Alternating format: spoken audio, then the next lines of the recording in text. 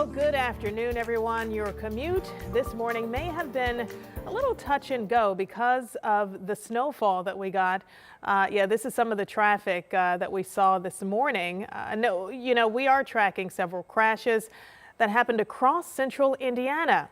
And some of those traffic accidents led to backups, several backups on interstates like you see here in Marion and even Hancock County. And right now we have not heard of any of these crashes being deadly, but we are still gathering details on some of these accidents. Of course, some involving cars, semi-trucks, and there was, very slick conditions out there this morning. And now we're taking a live look. This is at I-70 State Road 267. And you can see, of course, traffic is moving very smoothly, of course, but we will continue monitoring crashes throughout the afternoon.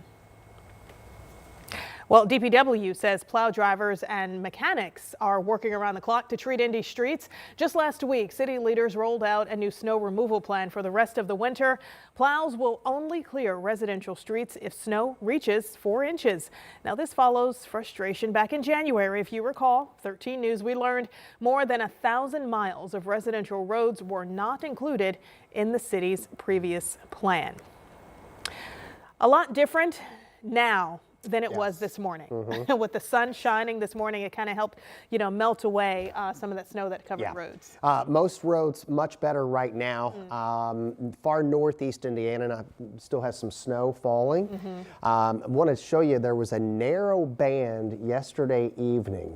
A lot of areas got into a ½ inch to an inch of snow, but there was a narrow band of lake enhanced snowfall, Karen, from about Lebanon, went down through Brownsburg, Avon, Plainfield, into Morgan, parts of Johnson counties, western, southwestern Marion County. Narrow indeed, but definitely potent, 3 to 4 inches within that zone. Well, it has a cold look to it right now, though. Blue sky over Indy at this hour, 13 with the wind chill remaining sub-zero. And it's going to be in the lower single digits all afternoon long here. So we got a bitter day on tap. These are the current wind chills. Now, visible satellite with temperatures. A lot of areas seeing sun. But what's happening, and we talked about this yesterday, there's a pretty potent lake effect squall that stretches from South Haven, Michigan, and it's reaching into Fort Wayne, and we're going to be following it closely this afternoon. It's possible some of the remnants may reach down into Marion and maybe Muncie and Richmond here. It's only going to go so far. Cloud cover certainly is stretching down and reaching Marion right now. This is the vantage point there from along I-69. You can see it is complete overcast. You'll probably get some flurries and a little snow shower action with that. Unlikely that that reaches the metro area, but again, we'll be watching it pretty closely. Kind of that eastern and northeastern section of the state. We've got another bitter night, but we've got a big warm up to talk about in the 7-day forecast here in a few moments. All right, thank you, Sean. And with more cold weather and snow ahead, make sure you have the Live Doppler 13 weather app on your phone. Remember, this is a free download in the App Store. New at noon, Metro Police have arrested a 33-year-old man for allegedly killing a woman in a hit-and-run crash in downtown Indy. Now, this happened near Michigan and Illinois streets just before 8 Tuesday morning. 46-year-old Andrea Gibbs died in that crash. Her co-workers tell us she was heading into work at the time. Police say the driver left the scene. Now, the man arrested faces a charge for leaving the scene of an accident resulting in death. Right now, we are also taking a look at some video of a violent confrontation between Lawrence police and a suspect. In the video here, you can see police kicking a man and punching him while he is on the ground. A woman is trying to stop the officers, but another is holding her back. Now, this video is prompting an investigation while an officer is on leave. According to police records, the incident happened Tuesday at the Walmart on Pendleton Pike. Court records say officers saw a man parked in the fire lane. They say the man became aggressive when officers went to check the license plate. That's when the situation escalated and officers ended up wrestling the man to the ground and used a taser. One of the officers allegedly threw multiple punches at the man. Last night, the police chief there acknowledged the incident during a city council meeting.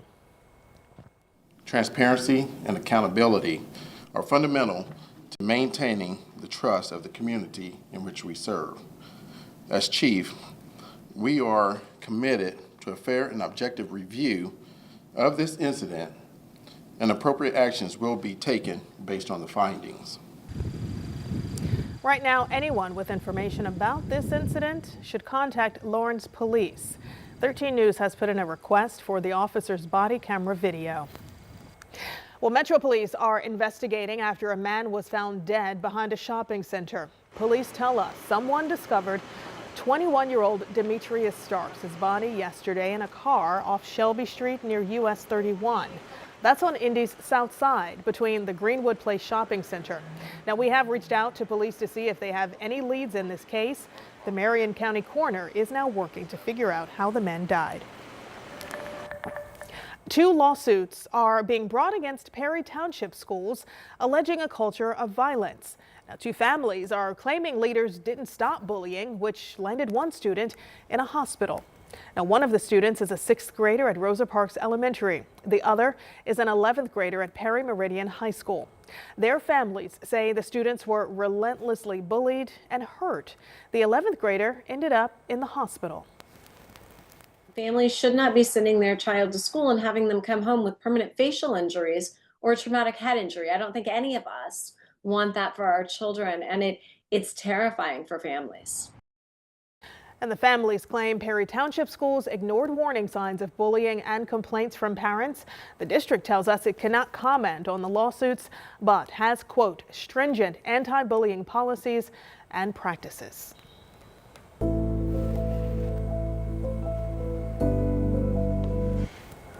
Well, tomorrow night, NBC's Dateline will focus on Indiana and the Delphi murders case. Now, 8 years after the murders of Libby German and Abby Williams, and a few months after Richard Allen was convicted, Dateline is examining the investigation. 13 News was behind the scenes as correspondent Andrea Canning spoke with people at the center of the case, including the Carroll County Sheriff who investigated the murders. So very odd that, number one, it's unspent, hasn't been fired through a gun, and also that the girls were not shot. Correct. In my head at that point in time was that there may have been a gun used to control. How does a person control 2 girls? Well, you can do it with a gun.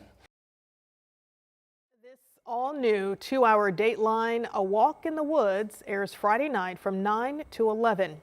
Then stay with us for a behind-the-scenes look at how Dateline is made right here on 13 News at 11. Well, hundreds of people are celebrating after millions of dollars were raised for a new women and infants hospital here in Indiana.